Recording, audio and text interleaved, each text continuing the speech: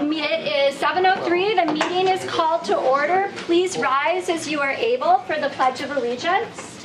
I pledge allegiance to the flag of the United States of America and to the republic for which it stands, one nation, under God, indivisible, with liberty and justice for all. Thank you.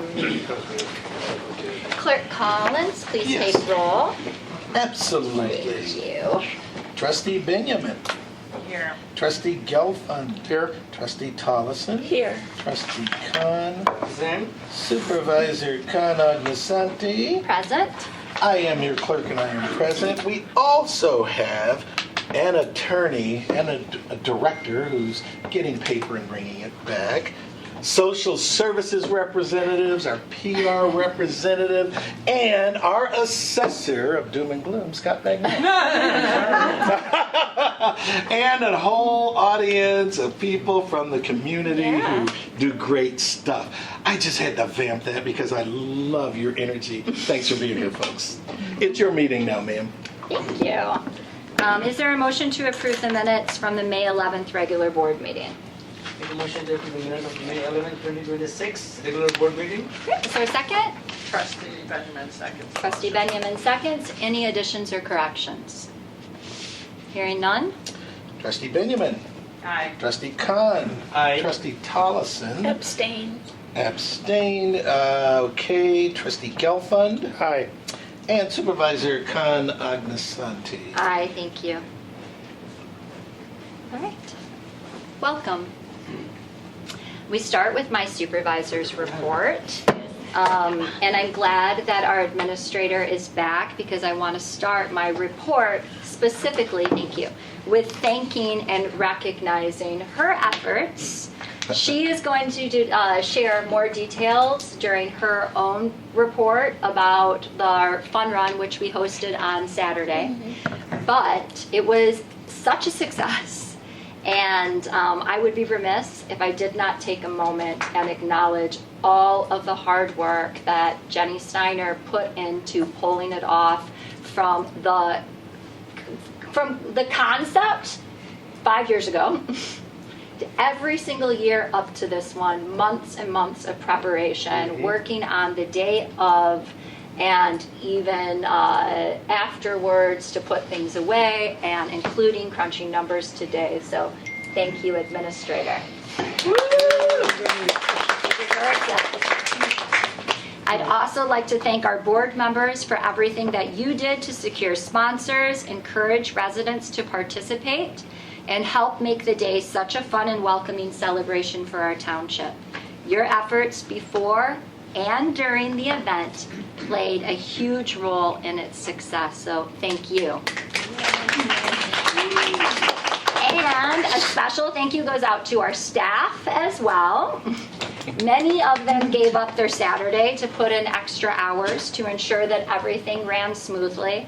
Your commitment and hard work, and those of you who are not here tonight, it does not go unnoticed, so thank you so much. Could not do it without you. I'm very grateful. That's right, even our attorney showed up. And of course, a huge thank you to our neighbors who donated, participated, and came out to celebrate with us. The turnout was inspiring, truly. People showed up for one another, demonstrating that this community stands with all of its neighbors and will not allow any of those neighbors to go hungry. So thank you. One more. Come on, guys. We're doing it. Let's keep going. And while all of that is true, I'm going to take a little turn here for a second because I need to also recognize that amidst the reality of living in a community that comes together joyfully to contribute money, time, and energy to keeping neighbors fed, also a community that contributes money, time, and energy annually to celebrate and learn about the many different ethnicities and cultures that call Niles Township home. There has been some unsettling moments that need to be addressed. Some of our residents have reached out to me personally, understandably, to express their hurt and fear, real fear, in the wake of some of those moments. Admittedly, I tend towards highlighting the positives in our local community, of which I love so much, and we all love so much, but it would be careless not to mention some of the hurt and not to name it and condemn it vigilantly. That's how we maintain the beloved community. We nurture the good and we vocally root out the intolerable. We will not tolerate anti-Semitism or Islamophobia or homophobia or any other professed, practiced bigotry or hate. Specifically, I'm referencing anti-Semitic bullying in our parks, heartbreakingly at the hands of school children, as well as harassment of volunteers celebrating their Palestinian heritage at Skokie's Festival of Cultures, homophobic slurs that were graffitied at some of our parks, and the tired tropes of crazy or drug addicts or criminals that are casually peppered throughout conversations involving our unhoused neighbors. It's dehumanizing across the board, and it is not to be tolerated. Not to seem polite, because tolerating hate is not polite. Not to remain respectful, because tolerating bullying is disrespectful. Not because the bigotry is cloaked in a joke.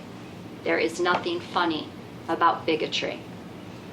Principally, this country was founded on the tolerance of pluralism, the idea that many people from different backgrounds can live together civilly under the law for the betterment of a stable society. I won't bother you, and you don't bother me. But we also print e pluribus unum on our money. Out of many, one. This is the concept of American democracy that I love, that we love.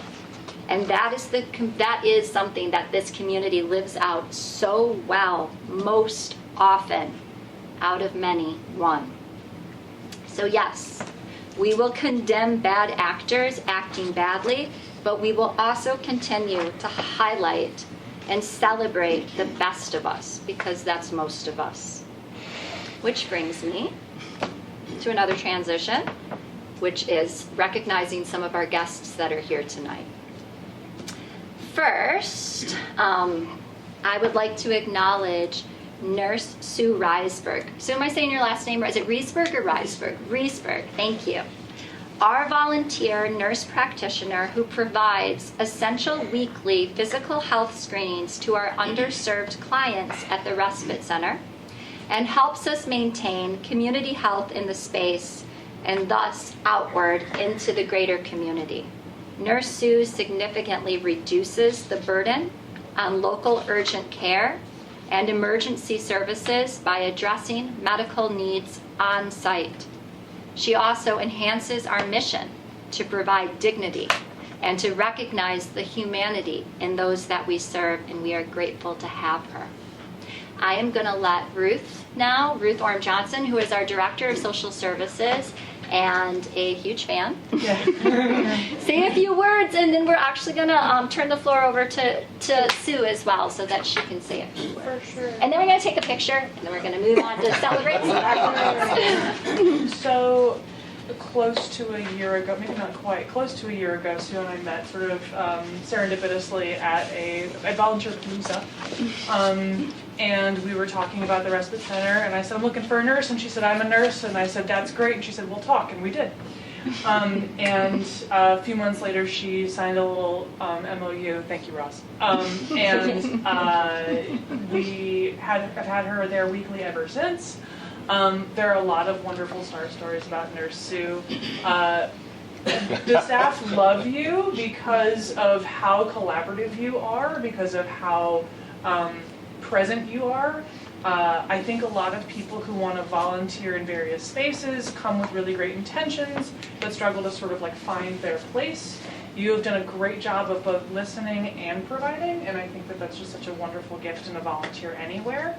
My favorite story is about her ability to get a bunch of folks vaccinated who wouldn't have gotten vaccinated otherwise. I've told this story many times. I see nodding heads. Good. But tell it again. I will one more time. For everybody else. No, but NilesTown has connections to the village of Skokie, which is really handy when things like meningitis outbreaks happen among the unhoused population in Cook County. And she got word of it first, actually, before she sent us an email and said, "Are you seeing this?" We said, "Yes." And she said, "Cool, we should get shots from the village and bring them over to the respite center." And we were like, "Great, good luck with that. These folks are very vaccine hesitant. I mean, we will try." And she got like a dozen people to get their shots. Because of sheer willpower. No, because of dint of her hard work, hard-won relationship with all these folks. Because she knows what it is to really give to community and be honest and present with community and what that can do both in terms of public health outcome and individual outcome. So I'm just unbelievably grateful for your work, for your service. Thank you, thank you, thank you. Let's see, we're pretty informal here in our ragtag township, so if you'd like to stand, go ahead and stand. If you'd like to speak from your seat, whatever you're comfortable with. I think I'll speak from my seat. Okay. And it's nice that I still have it. I was the nursing supervisor at the Skokie Health Department for many years. I've been retired 3 years, and so I still have this extremely strong connection with them. And so they are happy to partner through me with the center. So I'm very grateful for that. I do have a few words, and Mark, I promise they're brief because I wrote big. Okay, so I don't need glasses. Thank you for the recognition. However, I would like to recognize the staff of the respite center who do the heavy lifting day in and day out. Ruth, who graciously took my call when I expressed interest in volunteering in a nursing capacity at the center. She arranged and led a meeting with staff where they told me what's what, and they answered my questions, and they assured me that they would be there to guide and assist me in working with the population I previously had no experience providing services to. However, as I've learned, nursing is nursing, compassion is compassion. It doesn't matter who you're serving. Ruth serves as a sounding board to the staff. She manages client and center issues referred to her by the staff. We know that you're there. It's good to know. Charlie Biggins, social worker and respite center manager, is a quiet, steady presence who is everywhere all at once. He ensures the client's safety first and foremost. His, how can we help you? And we're here to help is genuine and heartfelt. He has his finger on the pulse of clients without being intrusive. He is a master of de-escalation, which is needed. He juggles managing clients, managing the physical space of the center, arranging for vendors to fix the laundry machines, ordering food, and ensuring the kitchen is safe. Paul Chakowski, assistant center manager. This incredible community health worker is endlessly busy organizing personal hygiene supplies, ensuring there are basic clothing supplies as the budget allows, in addition to performing client intake, handling emergency financial assistance, Ventra passes, providing phones per protocol, job and housing assistance, and a myriad of other duties. I have no idea what they are, but all I know is he's like a busy bee, and clients, he is a busy bee, and clients seek him out constantly. Robert Gaither is the trusted face at the front desk, constantly running to sign clients in, supervise the men's locker room and laundry area. He is the laundry schedule meister. Robert. He has his pulse on clients' behavior. He assists Charlie and Paul and helps in the kitchen. As a formerly unhoused individual, he has a special bond with clients. Albert Anderson is the center's sous chef and bottle washer. He keeps the clients fed, which they are truly appreciative. A formerly unhoused individual, he performs his duties with rigor and attention to safety. I want to publicly recognize all staff for the Herculean amount of work they perform to keep the respite center running each day in the manner in which it was envisioned, which is to provide a safe environment to a vulnerable population and to treat all clients with the dignity that they deserve. These gentlemen have kindly accepted me into the family for the paltry number of hours that I serve. I am grateful for their trust and feel truly honored to work with such an amazing team. Thank you for allowing me to serve.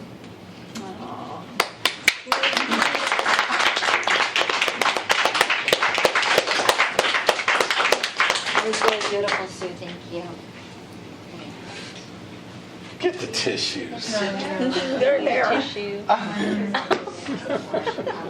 Volunteer Award proudly presented to Sue Reisberg, presented in recognition of your extraordinary work at our respite center providing care to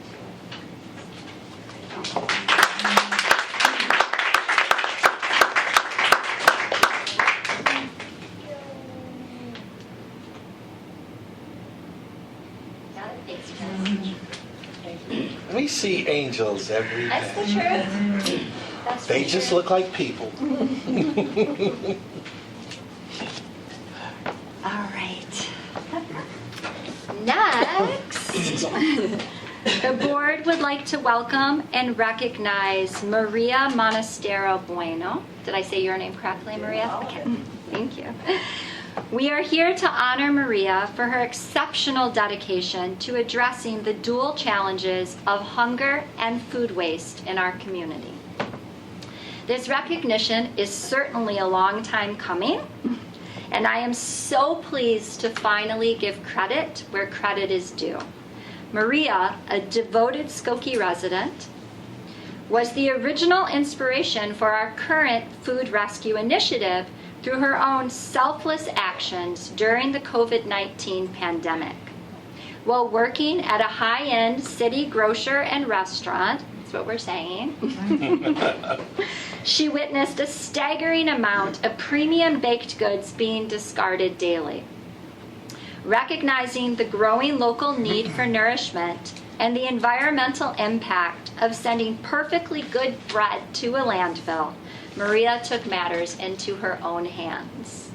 Using her own time and vehicle, she filled garbage bags with fresh bread and delivered them to our pantry. I mean, it's just an enormous amount of beautiful bread to ensure her neighbors were fed. That singular act of kindness sparked a transformation in how we operate. Today, the Niles Township Food Pantry successfully diverts thousands of pounds of nutritious food from the trash and onto the plates of our residents every month. I mean, perfect food.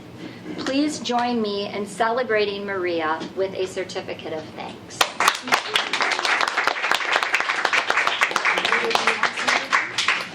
Do you want to say anything? You don't have to. You don't have to. My friend Sue is. But I can speak a little extemporaneously. Yes, please. So thank you so much. I had no idea that anything that I have ever done has inspired something as important as what Bonnie mentioned to me at the Festival of Cultures. It really kind of blew me away to think that anyone even really noticed. But I grew up in a family that was we were in hospitality for, we had a restaurant for 55 years. And both my dad growing up in Sicily during the Depression and the war, and my mother growing up in Dubuque, Iowa, were from very humble means. Bread was never thrown away. There were bread lines, during the Depression. So for me to see that kind of food waste, it just took my breath away day one. And that's, I think, when I called Bonnie day 1.5 and said, why do they have so much bread? And it was sometimes, it was kind of a fight because of the attitude that I was surrounded by. But little by little, I had my club of bread folks. And even on my days off, I would drive downtown, load up my mom van, and bring it here. Yeah. The funniest things that ever happened were, on occasion, you guys were closed because it was a holiday or what have you. I got here a few minutes late or what have you. So I would literally drive up and down our neighborhood and Oh, wow. pull over and say, hey, I've got great bread from this place. And so kind of like, oh, okay. So it was just my pleasure, and I'm so touched that it led to bigger and better things. Thank you. I think there's a real lesson in that, right? Sometimes we don't realize the impact of something that we feel is so small, but truly it's huge, and it takes township. So we would like to present Maria Monastera Bueno, presented in recognition of her efforts in waste reduction and food rescue during the pandemic that inspired our current food rescue program. Thank you so much. Thank you.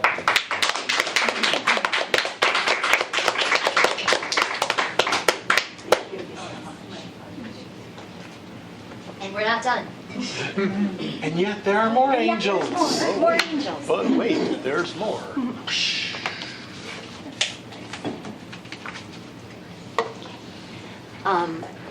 In the very back there, you see a group of 3 fantastic women.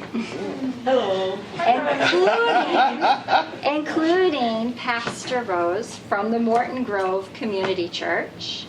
They're here tonight. I don't even know where to begin with the relationship that has grown over this past year between the township and with the Morton Grove Community Church. It has been profound and exemplifies exactly the community that we are trying to grow, which is one where the elected officials here and the staff here do not sit back and wait for people to find us, but instead relationship build and go out into the community to make sure that the people that we call our neighbors know that we are truly here to serve. You have done that work with us, going on 6 months, probably around 6 months, hand in hand. Chris and I went and spoke at the church. I've gone back to just sit and be in community. You all came out to our fun run and have raised an astronomical amount of money just through your efforts. Over the last month as well, you've hosted mutual aid Sundays and events to bring much needed supplies to our food pantry, including diapers and feminine hygiene products and other things and necessities that people need just to live and survive, and again, to feel like they are dignified human beings that have their dignity valued and seen and recognized. And if that is not enough to earn a certificate, there is still more. So really amazingly, we were just told within the last week or two that the church is being recognized, and we are being recognized for a $15,000 grant through their efforts to let, would it be like, it's not a synod? The Presbyterian Chicago. Okay, Presbyterian Chicago know about the kind of work that we are doing here on the ground to serve and to be in service together. And so at this moment, I'd actually love... Oh, wait, what? They cook once a month. And you cook once, yeah, and you cook once a month at the respite center. I don't know if you're ever there when Sue is there. Probably not, because she's on Mondays, and I think you guys are Thursdays. Yeah. Would you like to say something? I'm going to stand so I can. Yes, please.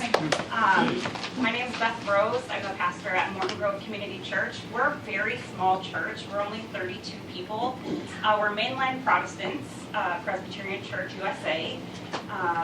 And we were for 70 years at the corner of Lake and Austin in Morton Grove. And we got so small we couldn't possibly maintain the building and still do things that Jesus asks us to do. So we decided to sell our property. But instead of closing, we remained open. We moved to the log cabin at Skokie Central United Methodist Church. And we're super happy to have like our little nest egg to get to do the real work of ministry in the community. Because we're so small, we used to have, many different ministries, and we used to, sit in our church and people would come to us, but it's a new world now. That's right. And instead of sitting in church and waiting for people to come to us, we're trying to come out into the community. So while we've been financial sponsors for decades of the food pantry, this is the first year we're trying to create the relationships and be present and be out in the community. So we have Julie here and Deanna as well, who have been both major parts in both the grant work and then our one-on-one work. Any of you who have come to Soup Group have probably seen Deanna and Yes. and Julie. I think you might have come too. Julie's around. Yeah, I mean, basically we just, Christians are getting really bad press these days, and we just want to know, we don't have a big building, but we're still here and we're still trying to do, the good work. So thank you for partnering with us. Truly do. Thank you. Church is Will all where three you of you are. come up to accept this?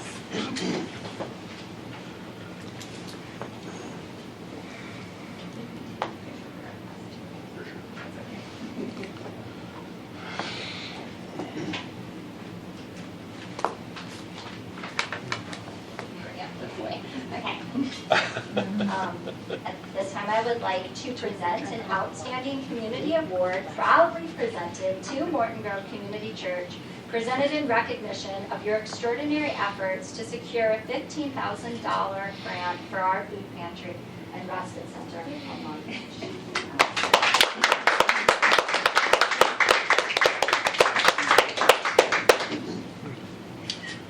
Thank you.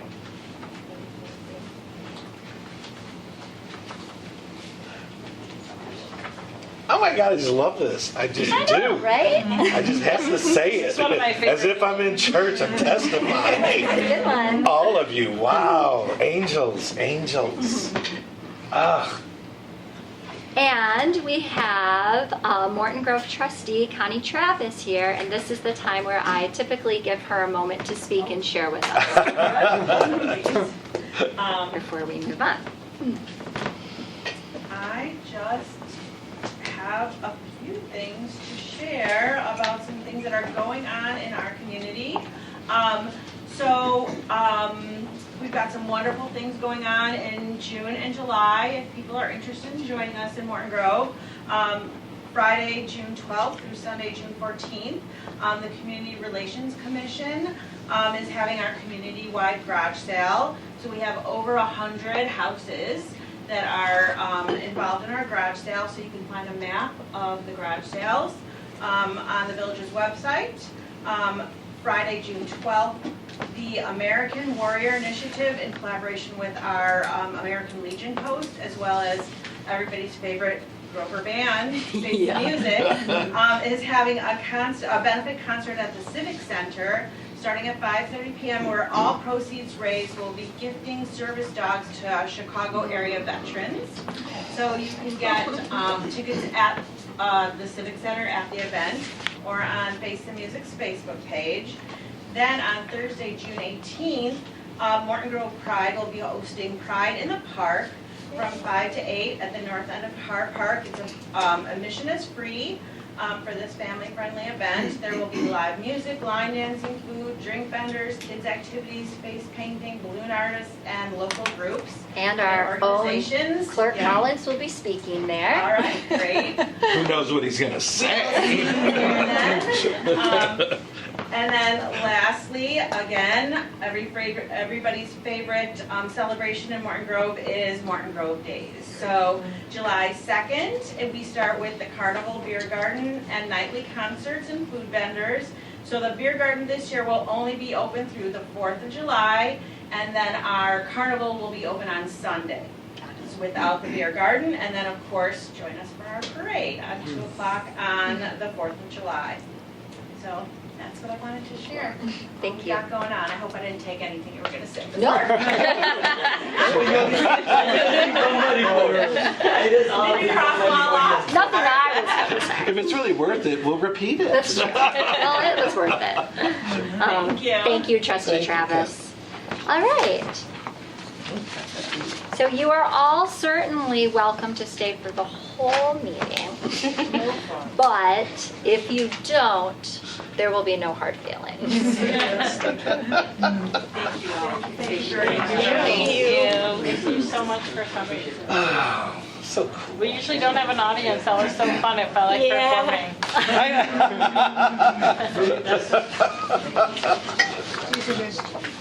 You're good. That was a good one, Don. That was one of your better jokes. I missed it. I should have repeated it. Okay. At this time, I would like to invite any board member who wants to raise their hand for this one to read our Pride Month proclamation. All right, Trustee Tollison. Whatever. On to the next one. Okay. Do you need it? Oh, if you don't mind, yeah, it would be easier to Let me read make off sure I'm paper giving you than the right my- one. Hold on. Yeah. Oh, that's the right one. Thank There you you. go. Okay. Whereas Niles Township Government is a township that welcomes all, and we are a community committed to equality and inclusion for all residents, and whereas the month of June is designated as a Mon Month, I don't know what Mon Month means, Mon Month to commemorate the Stonewall Uprising in New York City in June of 1969, which is widely recognized as a catalyst to the LGBTQ plus rights movement. And whereas Niles Township has a thriving lesbian, gay, bisexual, transgender, queer, LGBTQ plus community, including people of all ethnicities, religions, and professions. And whereas we affirm that LGBTQ rights and human rights, that we support the diversity of sexual and gender identities in Niles Township, and that we stand against intolerance and discrimination to all people, and whereas the fabric of our community is strengthened by justice and love.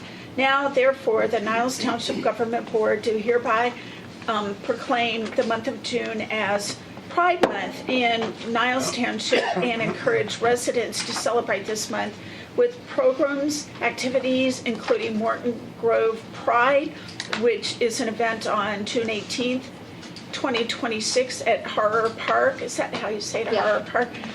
Skokie Pride event on June 28th, 2026 at Oakton Park. Passes at this 8th day of June 2026 by our supervisor Bonnie Kahn on the Sun. Give it out to our clerk. All right, I would like to invite Trustee Benjamin to read the Immigrant Heritage Month proclamation. Do you want Yes, please, thank you. Again, let me make sure I'm getting it up. That's the right one. Don, can you pass that, please? Thank you.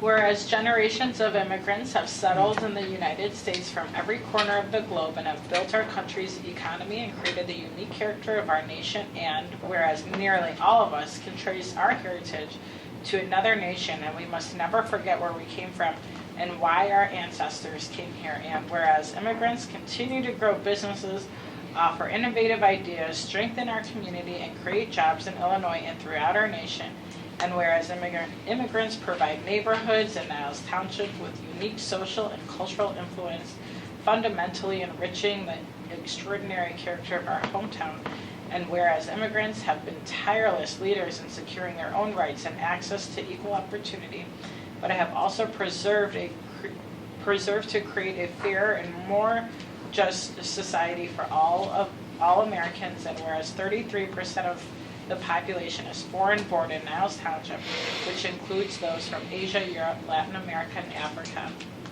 And whereas immigration enhances Niles Township's culture and prosperity as foreign-born individuals and their families continue to diversify our neighborhoods and strengthen our economy.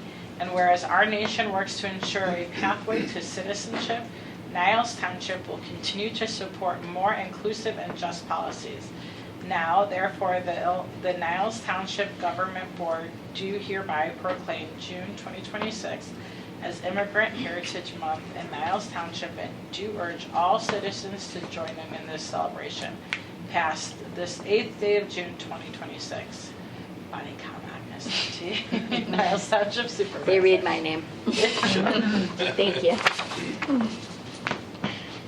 All right, at this time, I would like to invite a board member to read our Juneteenth proclamation. Get it, Mr. Gelfa. All right. Lazy bones. Proclamation. Whereas President Abraham Lincoln signed the Emancipation Proclamation on January 1st, 1863, ordering the freedom of all people enslaved in Confederate territory, and whereas on June 19th, 1865, Union Major General Gordon Granger announced the end of the Civil War in the signing of the Emancipation Proclamation in Galveston, Texas, legally freeing the last of the Confederacy's enslaved people, and whereas Juneteenth, also known as Emancipation Day or Freedom Day, has been a tradition in the United States for more than 150 years, commemorating the Galveston announcement and celebrating the freedom of African Americans, and whereas continued anti-black violence and systemic racism compel us to acknowledge and reckon with the painful history and legacy of slavery and racial injustice in the United States, and whereas in 1961, the first African American family purchased a home in the village of Skokie in Niles Township, and their courage and perseverance, as well as the passage of the first Fair Housing Ordinance in 1968, paved the way for thousands of black residents of African American and diverse ethnic cultures who currently call Niles Township home. And whereas black leaders in education, government, businesses, faith communities, journalism, science, sports, and entertainment, those both known and those uncredited, have enriched Niles Township, Chicagoland, the country, and world, and whereas we believe that through love and equity, we can take steps to ensure full freedom and opportunity for all. This year's community Juneteenth celebration in Niles Township, hosted by Skokie United, will take place on June 13th, 2026 at Oakton Park.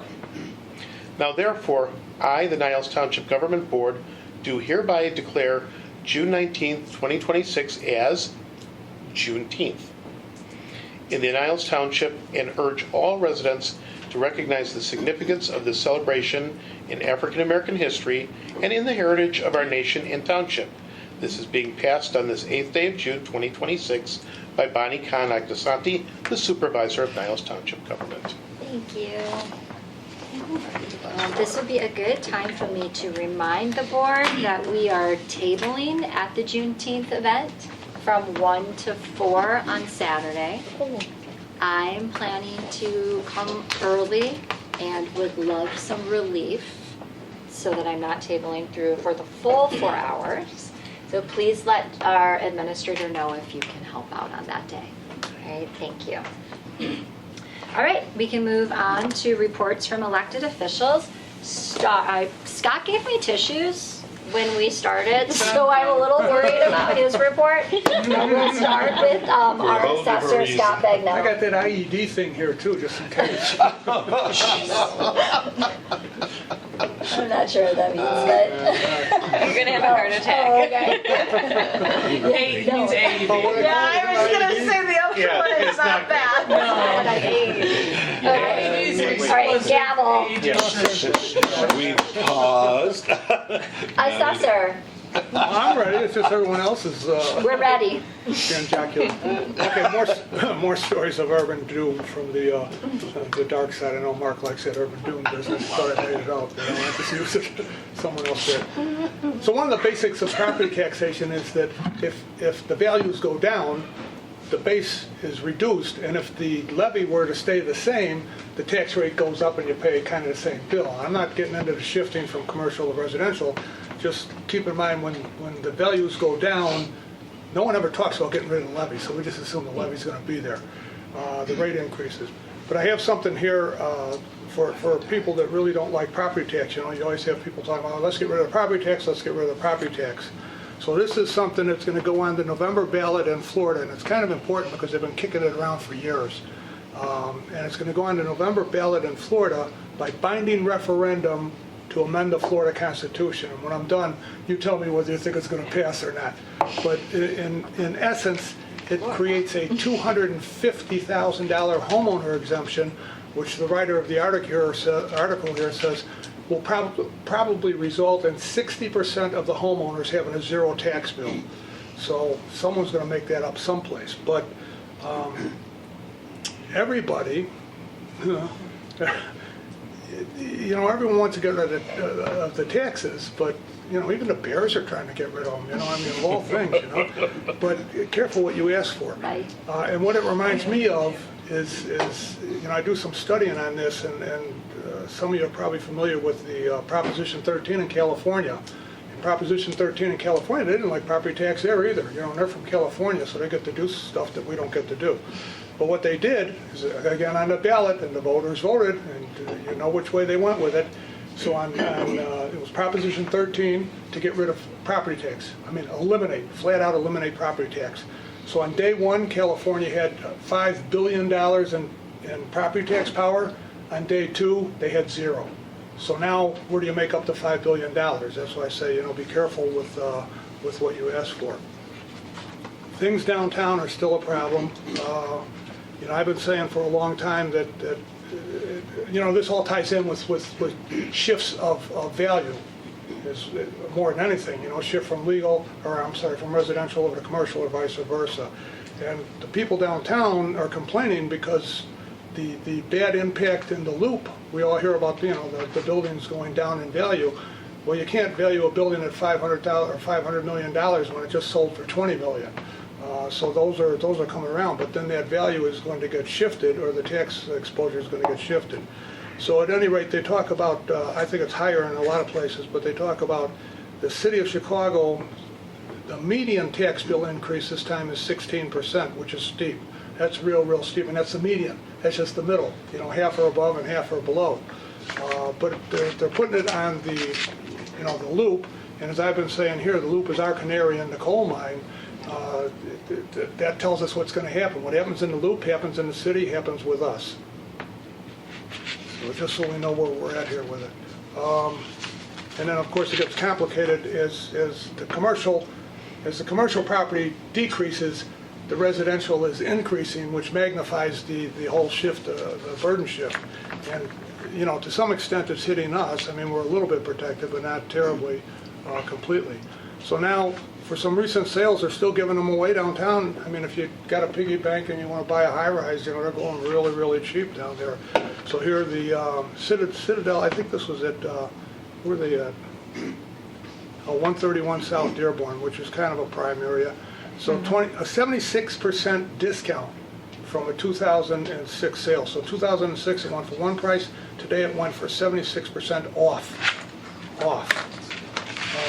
They're also talking, again, 161 Clark, 175 Jackson, all selling for fractions of what they were purchased for, and also selling for fractions of what the assessor has them on the books for.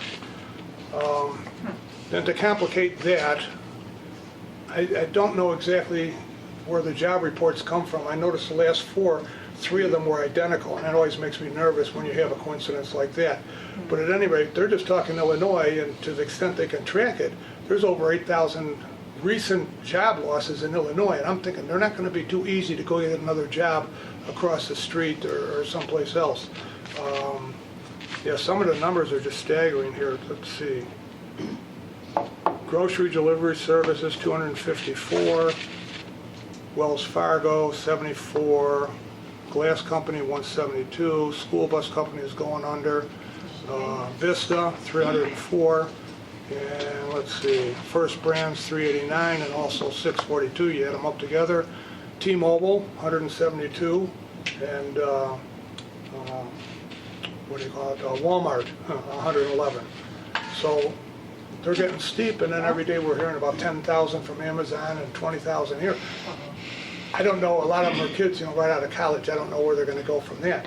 So I guess what I'm saying is that the economy we see might be slightly falsely propped up, and also when the people come in and they say, look, you're taxing me out of my house, they're right. So they're not making it up because they're high. That's right. So I guess we have to have some empathy for even though we're the taxpayers too. Some empathy for the taxpayer because it really is tough for them. And then now what's happening is I'm starting to hear names I know of people getting laid off, and that's always a dangerous sign. There's some Mark knows about it. Isn't there's some kind of saying that goes with that if it's the person next door, it's one thing, and when it's you, more. You know how that goes? I don't remember. It was years ago. But they came from me. And then they came for me, Yeah. So anyhow, that's all the gloom for one day. Well, I can back that up, and I'll let Ruth talk about this more during her report, but just because it feels appropriate, we are seeing rising numbers everywhere. And we are basically essentially a social service agency here. Mm-hmm. So the food pantry, as you will see and have seen in your report, again, we are at record numbers this month. Ruth can, when we get to staff reports, I'll have her talk about this a little bit more, but we're seeing it. We are seeing it, and we are feeling it, and these are our neighbors, and it all ties together, absolutely.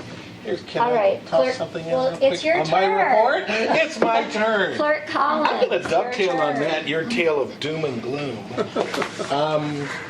There are times when I reach out on social media, people need help, and I throw it out there, and I get angels who come and they help, and they have helped in one case. The strangest thing has been happening this last, I'd say 2 or 3 months. There are people on social media who see that I do this. And I have had 3 or 4 people this last couple of weeks reach out to me and say, hey, can you help me? Can you do something for me? They don't even live in Illinois. And for you to reach out to, and I have never personally met them. We have our friends on Facebook that we've had for years that we've never met. It's at that point where we're people who live 1,000 miles away will reach out and say, I saw you help somebody. Can you help me? Here's where we are. And Scott's right. My son and 7,999 other people lost their job 2 weeks ago. I'm so sorry. And it's interesting because he and another friend were talking. They go, he has a PhD. Oh yeah, he's a doctor, doctorate. Yeah. And he and another friend were talking, and they said, and this is why we don't want to own anything. Mm-hmm. Odd. Tales of doom and gloom. Why did I join your bandwagon? And other news with the clerk, I hang out with you guys and I do things that you guys do. So in your reports, just say, yeah, Mark too. Because I don't want to duplicate anything. But seriously, on a personal note from the clerk, thank you guys for being who you are, because I hang around with really good people. That's true. And it pushes me to be a better person. Anyway, that's enough out of me. Thank you. And I'm going to write, clerk really didn't say much. Well, please add to the clerk's report that Clerk Collins did a phenomenal job as the MC of our fun run again. Absolutely. Thank you. All right, let's move on to our trustees, starting with trustees Hollison. Well, I will cut some of mine out so we can save a little time here. So the Rotary Walk for Hope raised $360 from Skokie Valley Rotarians and people who came for the respite center. I mean, that'll buy a few packs of socks and underwear anyway. We need 'em. I know, right? All of it. So, at May 16th and 17th, I was at the Rotary booth for Festival of Cultures, but I'm a Rotarian and always a township trustee, and people, when I tell them, they always, there's so many people that say, oh, how do I get help with this or that? So I write your name on the back of my card. And because it's stuff that I personally can't help them with, but I'm not sure how often my card comes back to you with your name written on the back of it. So, but anytime we're out in the community, I mean, we run into people that need help. There's no two ways about it. I did go to the Memorial Day observance for the township, so on the Skokie Village Green, it's always very moving. Yeah, it's very moving. On May 20th, I went to the last District 69 Community Schools Work Group meeting. I mean, they made it through, even with not being able to provide the same amount of service that they normally would because they lost their federal grants. But anyway, if y'all want to pass this around and look at it to see. And Margaret Clausen will no longer be principal. And Megan, is it Asseltine? Yeah. She's going to be the superintendent there. But she's great. I mean, she's been an assistant superintendent for a long time. And she's great. She's really good. The behavioral health posters that the Skokie Health Equity access to behavioral health, right, and they went to the park district, and then I'm getting them to the library, and then I'm going to ask places like Sketchbook and such to put them in their bathrooms too, but we have some for ours. The news I told you, Albany Care in Evanston, they're off Main Street. The state shut them down, so yeah, I guess it was quite awful. So, but unfortunately, it's going to turn a lot of people out on the street. So we need to kind of be ready for that, I think. So. But the Diplomat Hotel just opened as a shelter. So, do you think that they'll pick up some? Supposedly Albany was, providing psychiatric care, but that's not going to It's happen. called Smurf, yeah. But it was obviously very poor. It was just, it's closed for a reason. So the also I just updated and I sent them to everybody. I bought a carbon copy. So the new updated vaccination rates for the schools. District 68 is our problem child, without a doubt. It continues to go down. And District 72, Fairview, Interesting. same. Interesting. The Lagos Romanian Christian church, school, just horrible, abysmal. They are not getting vaccinated at all. It's all religious exemptions. So, but they live in our community, even though they don't go to our schools. They live in our community. And Endeavor Health is actually for adults. They're only when you go to get your DTaP. They're not doing the P part, the pertussis part. Can you believe that? So you're only getting diphtheria and tetanus, no pertussis. What's that And other one? they say, well, adults don't need pertussis anymore. Are you kidding me? I know, anytime we're around your little kids, we need to be vaccinated for But pertussis. They do push it around people who are going to be around kids. So like when you give birth, they say anyone who's going to be around, they should be that. But they don't really ask those questions, so. They do push, it's in like information, they push it, if you're going to be around kids, you should. Yeah. But otherwise, I think they're thinking it's just like a virus that adults bounce back from. Well, I mean, but both my sister and brother-in-law got pertussis, and Right. when it happens as an adult, it's not a good thing. So, I did send the updated PowerPoint to you. I know there's one more thing. I guess that's it, yeah. If it comes Oh, to you, let me know. Fresh Bill, the new. Oh, yeah, that's good news. Fresh Bill. That puts money back into, it's called the Fresh Bill. What's the acronym? So I don't know what the acronym is, but this comes from the newly passed state budget. Right. So our legislators at the state level were able to put some money into the state budget to help able-bodied adults without dependents who lose their SNAP benefits. Right. So they will be allowed to have a 3-month relief. Now, I don't know that that's going to, I don't know how far that's going to stretch. The information I'm not getting, and I haven't seen it anywhere, I don't know if you have, Trustee Tollison, but I'm not seeing, and in my conversations with some of our state reps, asking them, they're trying to get back to us, is are our immigrant neighbors who are lawful residents, legal residents, but have now lost their SNAP benefits, is this program going to help them? I don't have any information on that yet, and I don't know if you've heard anything, Ruth. I'll tell you what I don't know what I'm talking, but I'll tell you when I spend time, I'll tell you what I know. But what we do know is that May 1st, 1,000 of our neighbors who are lawful residents, lawful legal immigrants, lost their SNAP benefits. We know that. I don't know that this Fresh is program, gonna cover it. I don't know if it will, Yeah. because and I kind of think it won't, because the little bit that I'm hearing is that people will get this relief if they are eligible again. Yeah. But someone who was cut because of their immigration status will never be eligible unless there's a change at the federal level, so. But I mean, it's better than nothing, which is what was going on. Right, it's better than yeah. All right, so we'll move on to Trustee Gelfand. Thank you for Okay. bringing it up, because I forgot about it. All right, very brief report. 2 weeks ago was Memorial Day, and I was over at in Lincolnwood, where they didn't have a parade because Pratt is under construction, so they had more of an assembly between the Village Hall and Police Department. Obviously a very moving, very somber event. They recognized, of course, the American Legion as the coordinators of this, and they, of course, recognized any veterans in the audience.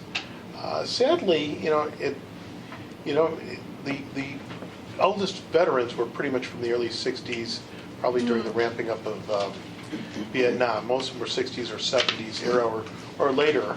And I mean, there wasn't even a Korean War veteran, because now we're looking at a World War II veteran is minimally about 99 years old. So no one from that camp came out. I think they're pretty much not available. But again, it was, just a very very somber holiday. The township was good enough to help sponsor the lunch afterwards, which I attended, and of course touted the greatness of our food pantry. So I'm going to have to follow up and see if we can get a little coordination with some of the retired police organizations that seem to be very interested in the message. Just a quick reminder, just as there's going to be Morton Grove Days next month, which I'm looking forward to. Don't forget, Lincolnwood has Lincolnwood Fest, July 23rd through the 26th. And hopefully I can MC it once again. There will be 2 opportunities for township folks, volunteers, friends of, to help us with the beer garden, because whatever tips that are generated go back to the food pantry. And last year we generated about $2,300 for the 2 days that we were in charge of serving. So make sure that's on your calendars. I have negotiated for the Friday and the Sunday, which would be 24 and 26 of July. And that, my friends, is my report. Thank you, Trustee Gelfand. Trustee Benjamin? Thank you, Supervisor Agnesanti. I have a very short report. The fun run was an absolute success. I know a bunch of people have talked about it. We had a ton of sponsors, and I'm so excited to hear numbers. I think it was like the greatest one yet. So yay, good job. We sold raffle tickets. That was really fun. So yes, kudos on the prizes. Those were awesome. Great donations. Good prizes. Yeah, good prizes. Especially the pies and the faces, right? Yeah, so good. And the announcing of the prizes. Exactly. The announcing was the part that I wanted to just call out specifically. And then the only other thing I've been working on is the community garden. We had our first harvest. Doing some taping tomorrow, I think, to really support them, getting them upright, and hopefully there will be another little harvest. And so yeah, that's about it for me. Oh, and at the fun run, sorry, I wanted to just call out the nonprofit group Akin for Action that where we decorated the grocery bags, and they already messaged me and said, we want to schedule something more to now fill them. So yeah, they were like so pleased with the event, and it was so nice to just have this kind of be the first partnership, and it was very like low stakes, and then doing more in the future. Awesome. Thank you so much, and thank you for making that connection. All right, Trustee Khan. Thank you, Your Honor. Yes, thank you. I have a small report. Community engagement. Attended the 2026 State of the Village Address, Lincolnwood. Mayor Patel highlighted community support opportunity in 3 categories. Student achievers, assist a family, event sponsorship. And all the information for 3 programs available on village website. Mayor presentation include the following topics. Parcel park improvement for the Lincolnwood. Project partially funded through the Open Space Land Acquisition and Development is called OSLAD, grant administered by the Illinois Department of Natural Resources. Total project cost $1,533,000 and grant received $600,000 for the town. Nice. The plan enhancement include ADA accessible playground, upgrade tennis courts, and improved stand volleyball facility. Mayor also touched upon the public safety investment. Police department upgraded the equipment in police patrol vehicle, installed ALPR, is called automated license plate readers on their vehicle. They also replaced the 3 police vehicle. They installed HAAS, it's called alert transponder on all 5 frontline fire apparatus to provide real-time digital alert to motorists approaching emergency scenes. Mayor also touched base upon the infrastructure project for the Lincolnwood, Diwan Avenue improvement between the Lincoln Avenue and the McCormick Boulevard, including roadway resurfacing and sidewalk replacement. Project completion anticipated in spring 2027. Mayor also talk about the additional village project, Cicero Avenue resurfacing IDOT from Chicago to Skokie through Lincolnwood. Construction schedule to be decided. Diwan Bridge replacement, removal and replacement of the existing bridge with wider structure, anticipated completion in fall 2027. Also talk about the Pratt Avenue pedestrian bridge design phase in 2026 with construction anticipated 2028. Project is nearly fully granted and funded. May talk about the Pratt Avenue improvement 2026, additional 1.97 mile of east-west bike lanes connecting to the regional train and pathway. The other project Mayor talked about in that meeting was late service line replacement program. Lincolnwood completed 151 late services line replacement, representing approximately 13% of the overall project. Costs are being reimbursed through the Public Water Supply State Revolving Fund. The work is part of the pre-approved $6.2 million program spanning 2024 and 2028. Community outreach services for Village of Morton Grove participated in the Village Morton Grove neighborhood meeting with Ms. Barney on May 21st with Ms. Barney, and the report is already presented by my favorite trustee about July 2nd Morton Grove Days, 4th July prepared, and other events I already spoke about. Dr. Khan and team prepared 5,000 oral hygiene kits for the distribution to underserved residents. Several hundred initial hygiene kits will be provided to our food pantry for community distribution. And that concludes my report, Your Honor. Thank you. Thank you for being our representative at the Lincolnwood State of the Village and taking such copious notes. Excellent. Thank you. All right, we can move on to staff reports. I know everybody is waiting with bated breath to hear from Township Administrator Jennifer Steiner and get those numbers. Okay. Well, again, I just want to thank everyone who helped make this year's fun run such a success. Your support, teamwork, and dedication contributed to what was arguably our smoothest and most successful event to date. The event ran seamlessly, and the positive feedback we've gotten has been overwhelmingly encouraging. So our event revenue, with our registration fees, sponsorship revenue, donations, raffle tickets, Kona Ice proceeds, and we created a special Give Butter QR code donations. we are at just a little bit over $26,900. It's really great. We had, I think, pretty huge sponsorship growth with 10 more sponsors than last year, totaling 48 sponsors. We had an increase in our raffle prizes, 13 raffle items, combined value of more than $3,800.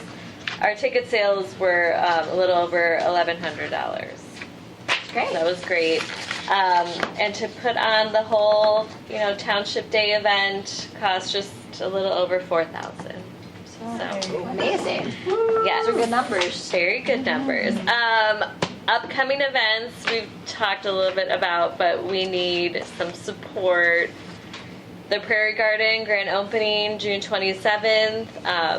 We would need staff and board here at 10 to help set up. I will not be here. Yes. So we So please. need some extra hands. Please. We are expecting the board to be there. We're going to have the media crews on site. I need help grilling hot dogs. We've got some really impressive speakers. Yes, we have a including huge former speaker lineup. EPA regional officer Deborah Shore is speaking. We'll have Yeah. people tabling related to garden. Yeah. Yes, We'll have so halal it's gonna hot be dogs great. and kosher hot dogs and veggie Veggie hot dogs and fresh brats delivered by our Farmer farmer Pete. He's our friend. He has a pig farm. Yes. What's the day for them? June 27th. Please be here. 10 o'clock. Saturday. I didn't realize it was going to be so big. It's Yes. gonna be big. We talked about Juneteenth. Bonnie can help, maybe the first half, so we'll just need to cover maybe around 2 to 4. Skokie Pride, we need some of the help with that. That's also 1 to 4 at our information table. Morton Grove Pride we have covered, and Mark will be speaking. And then the 4th of July, I'll send out a detailed day of agenda, but Skokie is first. We'll all meet here. I mean, you guys will all meet here. I won't be here for that either. You'll be at any of these. I'm going to be in Florida. All we need to organize. So we'll meet here, and then we'll go to Skokie, and then a little intermission, and then Morton Grove, and then you're done for the day. So everyone is expected to be there for that as well. Oh, and then Lincolnwood Fest support is needed.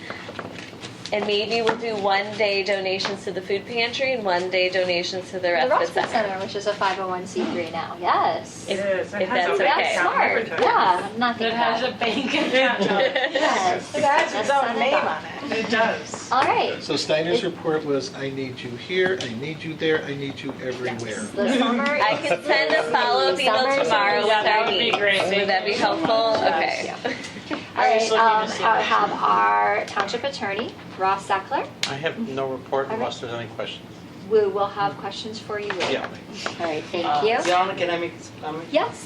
Jenny, I'm sorry I forgot to mention your name and compliment you for great success. Thank you. Thank you so much for your help too. I know it was hot for everybody. It was hot. Bonnie, thank you for your leadership, trustees, clerk, great job, great teamwork. Thank you Everybody. everyone. Thank Staff, great job. We love each other. Pretty much. All right. Well, we also are very lucky to have our Director of Social Work and Social Services, Ruth Orm Johnson, here. And you have her report, but I'm sure there are things that she specifically wants to highlight. Yeah, it's interesting. I could be I get on the downer bandwagon. I'll try not to, because Nope. Go ahead. Let's lay it lay it all out out. there. Everybody, we need to know what we're facing. We're gonna do the bad news sandwich style though. I'll start with Okay. a couple fun things. Just cause, come on. I get bummed, so I say the same sad stuff all over. Okay, so Trustee Thomason knows this, but I was at the Rotary lunch, just talking about the Dolly Parton Imagination Library. Everybody loved I was it. also, well, thank you. I was also there for the table at the fun run. And so was Dolly. And so was Dolly. For anyone who's not familiar, Dolly Parton, who I think everyone knows. If you don't, I won't judge you. Dolly Parton, famous country singer, her father was illiterate. which is why she started the foundation in the first place, and the goal is just to put books in the hands of children. So she got real famous, and in the mid-'80s she decided to start this foundation. What they do is, in the mail, they send a book every single month for a child that is registered from 0 all the way to age 5. And they just build a home library. And there's a lot of really great data at this point about how wonderful and beneficial that is for children. I'm talking to a lot of people who are parents, you know. So it's wonderful to just be a part of something that is just positive and lovely and costs the township literally nothing, guys. Like really very, very little peanuts. For $78, you can. That's what the cost of the program is for an individual family for their child for the full 5 years. Wow. So it's like a very cheap program as they go, because all it is sending books to kids. That's all it is. And we are kudos to partnering that. with, The Skokie Community Foundation, the Education Foundation, the Early Childhood Alliance, all of our libraries. Who am I missing? I'm missing somebody important. ECA. Yep, Early Childhood Alliance. Oh, sorry. No, it's okay. I Anyway, so that's my like one little happy thing about something I've been involved in that I love. Ask me questions. I can tell you how to register any grandchildren or kids. Are they new books or are they used? Brand new. They're new books. And they're crazy. gorgeous. I can show you them. They have like little flaps on the inside that tell you how to read to the kid with some Wow, guidance and nice. stuff. What's the age range on that? 0 to 5. So literally until the month from when the month you were born to the month you turn 5. Got that. Always starts with Little Engine That Could. Always ends with Here Comes Kindergarten.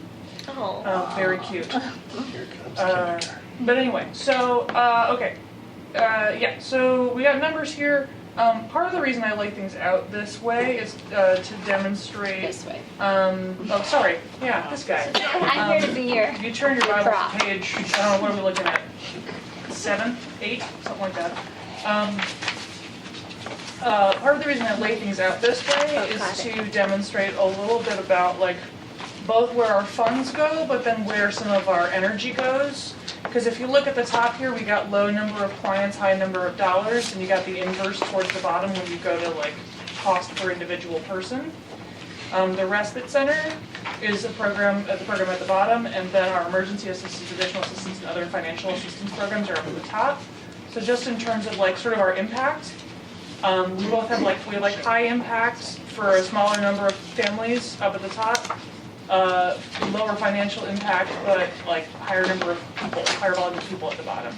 It's sort of part of the story we're telling. If anyone has any questions about those boxes at any point, you're welcome to let me know. I do have a question for you, Ruth. Ma'am. So, can you and I have talked about this because we meet pretty regularly, but just so that everybody understands, can you walk through how those numbers, it looks like, right, a preponderance of numbers in Respite Center clients that were receiving EA, and then though there was a shift to AA. Oh, yes. So, emergency assistance is a program that is pretty strictly regulated by the state in terms of who can receive it.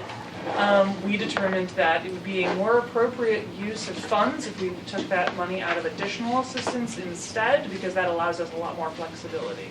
That's right. You're welcome. So that was not my idea, that was Holly's idea, which is a good idea, because she's much more eagle-eyed and in the weeds about policy than I am in this regard, which is great. So we just sort of flip-flopped everything.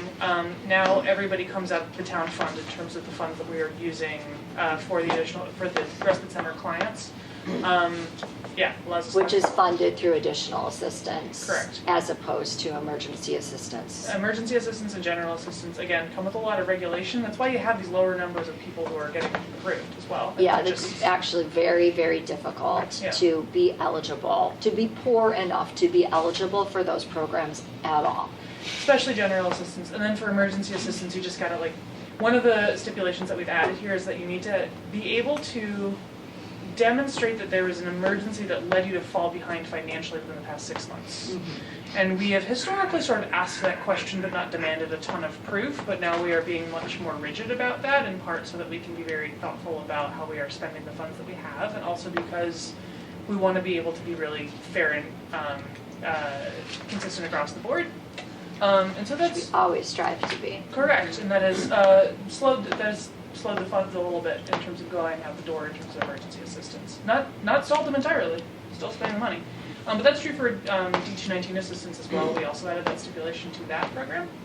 But yeah, so that's part of the reason. But that has allowed us to have those funds throughout the year, which is nice. It means that when we are approached with other crises, other people who are in need, we're able to divert those funds towards people who are still in need. Trying to think if there's any particular stories. Yeah, I mean, even just like a week or so ago, there was somebody who we approved for emergency assistance, and she had talked to a couple, this is sort of like an example of how this feels. She talked to a couple of my other colleagues, I think both Holly and India, and had gotten into sort of like, been very defensive when speaking with them about what it is that they were asking for. And she talked to me in a day when I had like had my walk and I was regulated and I was feeling good, and you know, and she's talking and she was asking me for clarification. I said exactly what they said, just in a slightly different tone of voice, and she was able to hear it. And it's just interesting to remember that you're always working with people, and people who are like in the worst moments of their lives. Right, that's right. They're in an absolute pickle. They're all in a bind. Some people meet the qualifications and some don't, but regardless, they're in a bind. It doesn't like change that they're not having a hard time. So anyway, so I was able to talk to her, and she, when we approved her for, I think maybe for like $800 towards a utility bill that was going to get shut off, she burst into tears. She was so grateful. So the relief that people feel from these funds, the money, that the sort of human story behind this is that the individual people who get this assistance are so grateful for what it is that we do. And so thank you for helping make that possible, because having people know what we do and trust the institution is really important. Yes. Ruth, yes. can I? Sir. I have to acknowledge that you are sometimes between a rock and a hard place. And you know what I'm referencing and more. There are some things that they can't do until it's worse. Which sucks. So I just want to make sure, and I think I've been communicating with you, but I want to make sure in front of everybody that you know that I understand that. Thanks. And I'm still going to do what I do, but I understand that, and it's tough for you guys. And boy, do I know it. Thank you. So thank you. And I think what Mark is talking about, or what Claire Collins is talking about, is an important story in social services to tell, actually, because it is really, there are limitations to the dollar awards that we can give based on some of the regulations from the state level down, and some that we've put on as parameters and guardrails for our own programs. And there are people, like Ruth said, who are just in a bind and really need help and still do not qualify for that aid. And that is, it's very difficult, and it's very difficult to be on the other side of that conversation. So I do want to recognize that difficulty, period. Appreciate you. And it's a constant ethical battle, right? And I think we have to keep showing up and doing it, though, because we have to make sure that people are getting access to what it is that they need. And yeah, it's consistently an honor to be able to be the person who holds that ethical balance. I really love doing that. Thank you. Yeah, so the nexus of what I do. So in a similar but different vein, more great news about SNAP and Medicaid. So SNAP, Medicaid, programs that are federally funded but then also locally managed, which is our favorite program. The poor people at IDHS really are taking quite a beating. So if you ever meet anybody who works for IDHS, just give them a call. Be nice to them. Be so nice. Buy them an extra drink or whatever. I just really feel IDHP for them. too. So they are, part of what has happened, and Bonnie referenced this, is that folks who are asylees and refugees will no longer qualify for SNAP benefits as of the beginning of May. That means that as you do your redetermination, you lose those benefits. It does not mean instantly they go away. It does mean, though, that you're going to get a nasty surprise the minute that you do your redetermination.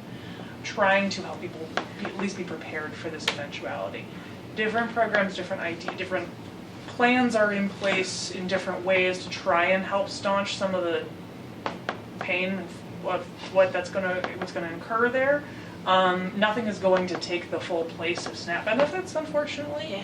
And some of these families are really big. Some of these are like, these 6, 7, 8, 9, 10, 11, 12, 13 person families in this community. Right. So we are very anxious about what's going to happen to these individual families around here. I think we're going to have to get as creative as we can. We're going to be hopeful. And lean on our community. And lean on our community. And the sort of theme that I got anyway out of the state budget was everyone kind of was like, what's going to happen? And then a lot of things held and are fine. Nothing is great on this front as far as I can tell. So Yeah, go for it. to say a little bit more about Please. that. So in the state budget that was just passed, what was passed was basically a maintenance budget. So that means for the programs that are supporting social services in general did not take cuts that the governor and that some other legislators were proposing. So our programs like some of the prevention programs that we lean on for eviction prevention and homelessness prevention, we're looking at really steep cuts. They didn't get cut. Instead, they were maintained at the level that they had been funded before. So we're so grateful for that. However, take that with a grain of salt because these programs are standing in place in a time where federal programs are being cut.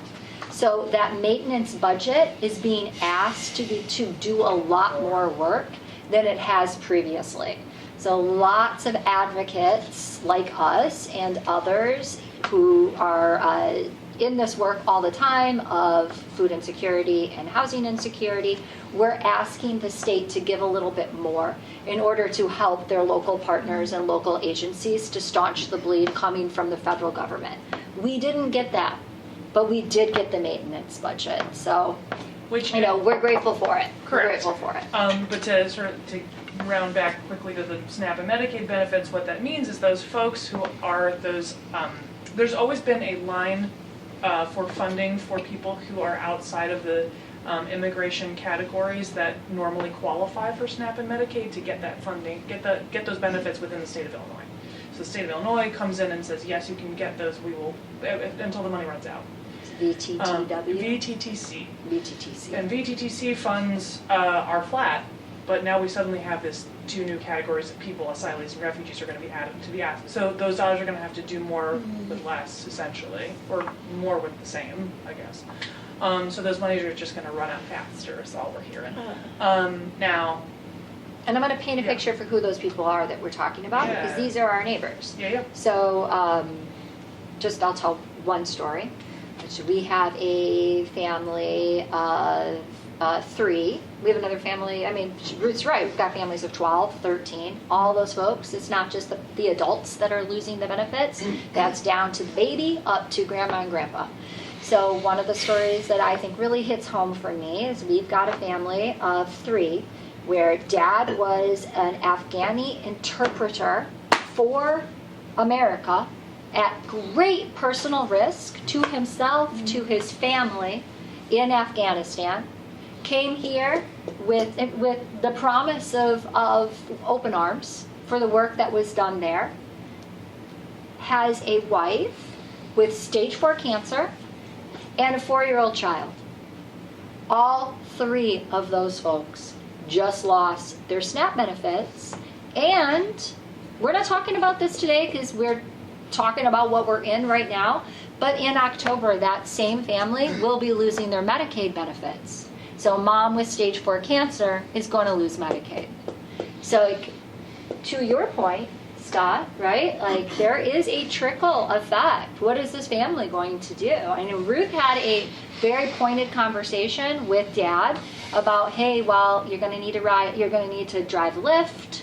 We're going to try, you've got to get creative about what kind of jobs you're going to need to pick up in order to put food on the table and care for your very sick wife and your very sick child who need extra care. with no extra dollars. So that is one story, but it is not a unique story. No, And it's 'cause- important that we tell these stories because these are our neighbors. Bonnie, I just heard that similar story about a week and a half ago from somebody else. And what Exactly. he kept saying is, that was the deal and the deal was broken. Right. They finally got his family here after a lot of them had died, been killed, but finally got the rest of the family here, and he goes, and you broke the deal, you broke the deal, you broke the deal. That's all they could say is, he could say is, you broke the deal. Sure. Yeah. And there we are, there Right. we are. It's very confusing for our families. It's very confusing for me. I don't understand how we can treat people with such disregard when they have basically they were willing to sacrifice their life for this country. And I think in moments like these, I am tempted to want to change the subject and think of things that are better or move on. And I want us all to just sort of sit and sit with this for a second because it's terrible, but it's also these people's lives. Right. And sitting in the discomfort is an important part of social work, guys. She's a social worker. Yeah. And there are very few. Occasionally, you run into an easy solution, but there are very few and far between. Yeah. It's purposeful cruelty. Yeah. They're trying to drive people away. Mm-hmm. Yeah. Right. It's harmful. It's intended to scare people away. It's intended to harm people. Yeah. Yeah. I am going to change the subject a little Go bit, for it, you're fine. just so that we can move the meeting along. Yeah. And because we have our trustee from Morton Grove here, can you give a little update on the residents from Morton Grove that we're helping out? I certainly can. The lovely Morton Grove Foundation gave us this $20,000 grant so that we could support residents at 5935 Lincoln, the condo building that unfortunately, just imploded on itself. Those people are, really up the creek without a paddle. And what we're doing is we're working, so the Morton Grove Foundation gave us this grant. I've talked to the residents. We came up with a plan to provide 3 months of assistance towards their HOA for pretty much anybody who applies. Most of these folks are just out of the reach of our typical assistance, so they're not getting that emergency, so they're not really qualifying for these other forms of assistance, but they're people who just lost their nest egg. Some of these people are retirees. Some of these people are people with small children. They're really so the least we can do in my mind is to give them a little bit of a break here. This thing that you still have to do even though you obviously can't use this property. We're paying that thing. So we've supported 16 units of the 28 thus far. We still have funds left, and the foundation also told me that if we needed further funds, we could request them. At this point, I don't know that we'll need them, but that door remains open.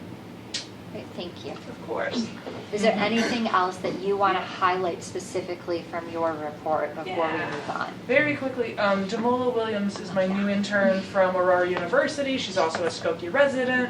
She's working at the respite center 1 day a week and up in my office 1 day a week, and she's awesome. She's awesome. Oh, go get her. And really lovely.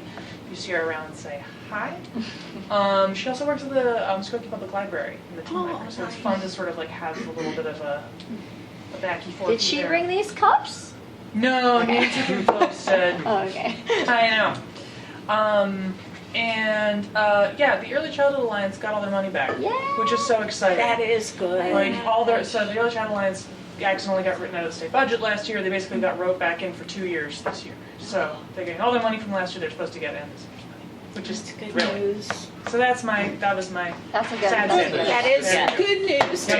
One thing I want to highlight from Charlie's report within Ruth's report Please, yes. is that Charlie Biggins, of course, is the manager over at the respite center. He said in all bold here. Oh, yes, thank you, sorry. Critically, we are requesting donations of men's athletic socks, crew or ankle length, any color, because many of our clients walk miles a day and often must sleep with their shoes on. Clean socks are vital for basic foot health. So if anyone is asking you, hey, how can I help out our unhoused population right now, please tell them, drop off socks. Each month he updates that list of what they're looking for now. So if you're ever wondering what does the respite center need right now, it's always there. Yeah. Is it new socks? Yeah, New please. socks, please. Yeah, please and thank you. And then I mentioned this earlier, I'm just gonna point it out again, but yes, our food pantry numbers are up again. And I think that's a trend we're gonna continue to see. All right, moving on. Chris Gatorna is here, our Public Relations Director. What would you like to tell us today, Chris? Lots of good news. Obviously, Fun Run was a huge success. Lots of sponsors, so many that we are still catching up on social media shout-outs for all of them and their generosity. We've got lots of photos and videos tagging us in it, which is just a great way to continue to spread our message. A lot of people are commenting, this looks so cool, when is it happening, when can it happen? But keep that in mind for next year. It's getting the attention happening anyway. Yeah, it's good. We've seen a lot of growth on our social media in that sense, which is great. Again, helps spread the message. So with Fun Run kind of in the review now, we're going to start pushing more of our other summer events like the People Prairie's Garden Grand Opening, Morton Grove Pride, attendance in 4th of July parades, things like that. We've got a mobile DMV event happening on June 23rd. That's up on our website right now with sign-up information and what services are required. There's 50 appointments available. They have to call and make an appointment though, and all the information and required documents are all on the website. We're continuing to see more brick orders coming in for our food pantry. We're up to now the minimum to sustain the program, but working on getting a lot more names and donations in on that. We are finishing up a video with Michael Ogusanti about our food pantry that highlights three different food pantry patrons, sharing their stories, sharing, what brought them to the food pantry, what kind of separates us from other food pantries that they've visited. So we'll be sharing that, and we'll also be utilizing a lot of those stories and clips to make lots of different social media videos, just kind of promote our efforts there. A little bit of trying to add some good news and how much our community is continuing to step up. Our monthly donors are at about a little over $3,000 monthly just from Give Butter. That's not including our PayPal I have to check in on. But we're also 3,000 for the monthly? Okay. Up to 3,000 monthly, but we have a total of, since we started the monthly donor program, people can also donate just one-time amounts. We're up to $34,150 that's been raised for our food pantry, which is astronomical. And especially just in these last few weeks, we've seen donations coming in at $100, $200, and some $500 just flat rate donations. So that's just really inspiring and hopeful to see everyone stepping in and helping out where they can. Bit of good news. That's good news. I will add, we're not going to highlight this a lot before it happens. We'll talk about it after it happens, but I'm reminding you guys, I know you're coming, Peggy, if anybody wants to come. I am leading a panel discussion on township service and for our unhoused neighbors in Rosemont on June 18th. And there will be dinner served, and all of the different townships from Cook County are invited to attend. So if you want to come, I know you're coming, but let might be Jenny know. the registration. We can get people in. Okay. I know a guy. They're finally having it in Cook County. I know. I knew that was going to make you happy. I know. They used to have it in DuPage County. What are we doing here? But I'm really excited about it, and Representative Lindsay LaPointe's going to be on our panel. She is a wonderful advocate and partner for us. Two Skokie residents who are actual stars in the homelessness service world. Many of you know Erin Ryan, who is the executive director of SHORE. She comes from Night Ministry, and so she will be on the panel. Her husband is Ryan Spangler, and he is a outreach director who goes out to encampments and provides services throughout Cook County. He will be on the panel. Katie Egan, who is just dynamite, and she is with the Alliance to End Homelessness, which is an Illinois state advocacy group is on the panel. And then one of our former clients, who is someone who has lived experience with homelessness, Lamont Hall, will be on the panel. So it should be really interesting, I think, and dynamic, and I'd love to see you. All right. One last thing. Yes. I forgot. We're still celebrating District 219's dance marathon that raised $82,156 for our food pantry. Teenagers. Yeah. The future is bright. I was about to ask you, when's that money coming? That's a good question. We've got to find out. We need to ask that question to them. Yeah, tomorrow. All right, are you good? Yep. Okay.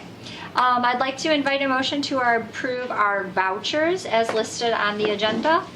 Make a motion to approve the distribution of funds from May 8, 2026 to June 7, 2026 as presented.